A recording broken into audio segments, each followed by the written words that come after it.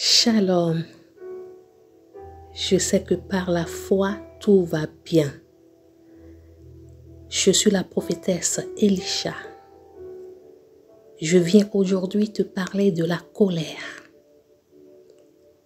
La colère, une porte de destruction.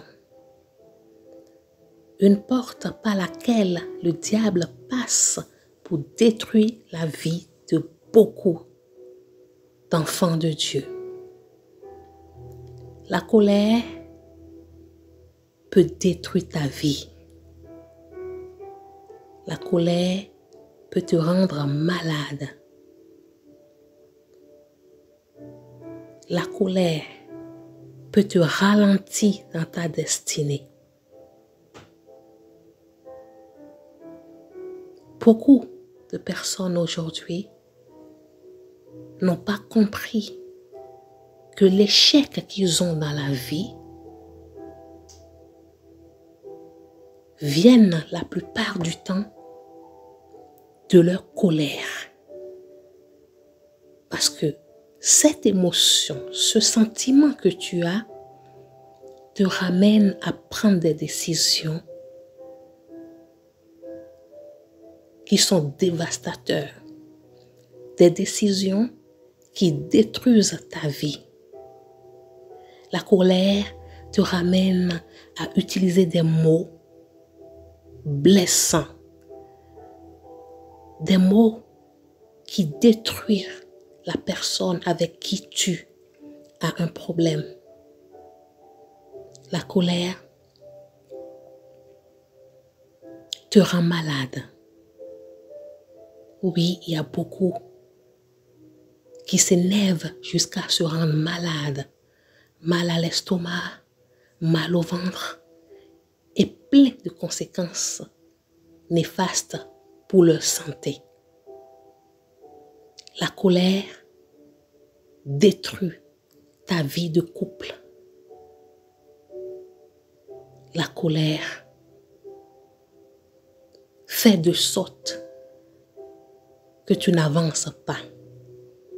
Parce qu'on t'a fait du mal, tu prends la décision dans la colère de te séparer peut-être de ton époux ou de ton épouse. Tu prends la décision d'arrêter ton emploi. Tu prends beaucoup de décisions. Toute décision qui se prend dans la colère n'est pas une bonne décision.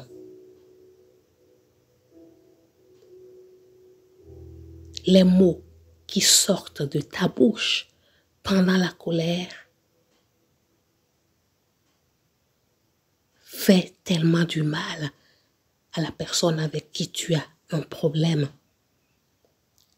Parce que pour se mettre en colère, il faut qu'il y ait un problème, des malentendus, des offenses et beaucoup de choses qui peuvent nous ramener dans la colère. Comme je l'ai dit tout à l'heure, ce sentiment de colère n'arrange rien. Ça peut te ramener à avoir la haine. Cette colère peut te ramener à prendre des décisions. Cette colère peut te ramener à détruire ta vie tout simplement. Détruire ta destinée, ralentir ton évolution. Parce que tout t'énerve. Il y a des personnes, quand elles s'énervent, elles vont jusqu'à les taper. La colère les ramène à être violentes. La colère te ramène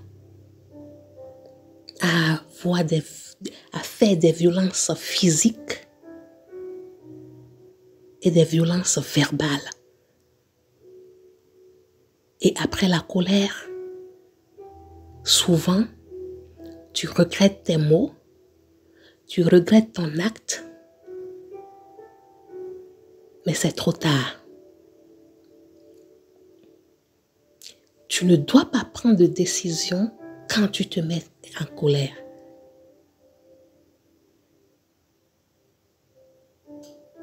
Et tu dois maîtriser ta colère pour ton bien-être. Tu dois dompter ta colère comme on dompte un animal. Cette fureur que tu as quand tu t'énerves, tu dois apprendre à dompter la colère. Parce que là où tu es, c'est la colère qui t'a dompté. Normalement, cela doit être le contraire. C'est toi qui dois apprendre à maîtriser, à trouver des astuces. Là où tu sais qu'il y a quelque chose qui veut t'énerver, alors tu quittes cet endroit. Les discussions qui favorisent la colère en toi, tu évites ces discussions. La parole de Dieu nous l'enseigne, que le soleil ne se couche pas sur notre colère. Car si tu laisses ce soleil se coucher sur ta colère, tu laisses la place au diable. Et comme le diable sait que ton point faible, c'est la colère, il passera par ta femme, ton épouse ou ton époux, tes enfants, tes proches, ton père, ta mère, tes frères et sœurs, les personnes de ton entourage, tes amis proches. Il passera par ces personnes pour te mettre en colère.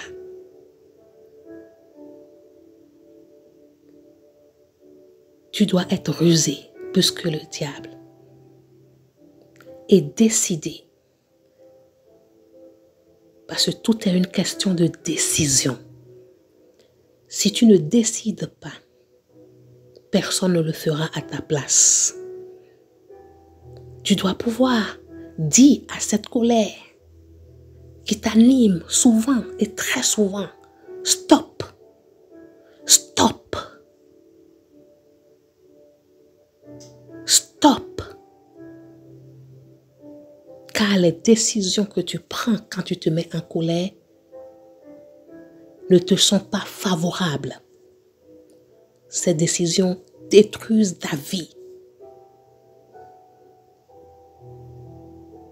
Ces décisions détruisent ta famille. Ces décisions détruisent ton couple. Ça peut aller même jusqu'à détruire ton emploi. Dis non à la colère. Non à la colère.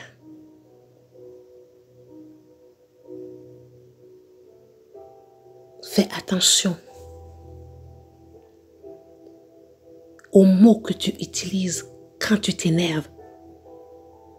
Les phrases que tu utilises, ces phrases peuvent se retourner contre toi.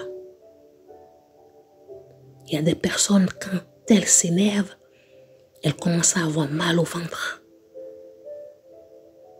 mal à l'estomac. Tu te fais du mal. Maîtriser sa colère n'est pas chose facile pour certaines personnes. Mais quand tu décides, dès lors que tu prends la décision de ne plus te mettre en colère ou de maîtriser ta colère, je dirais, maîtriser ta colère, tu dois pouvoir éviter toute personne, tout endroit, tout lieu, toute discussion qui peuvent te mettre en colère. Prends le temps de réfléchir. Prends le temps de digérer avant d'ouvrir ta bouche. Parce que personne ne te force à parler. Si tu décides de ne pas parler, tu ne parleras pas. Si tu décides de ne pas avoir des actes, il y a des personnes, quand elles sont en colère, elles sont violentes. Elles peuvent battre leurs amis, leurs femmes, leurs époux, leurs enfants, parce qu'elles sont en colère. Ensuite, elles regrettent. Alors je prie Dieu de t'aider à canaliser cette colère maintenant.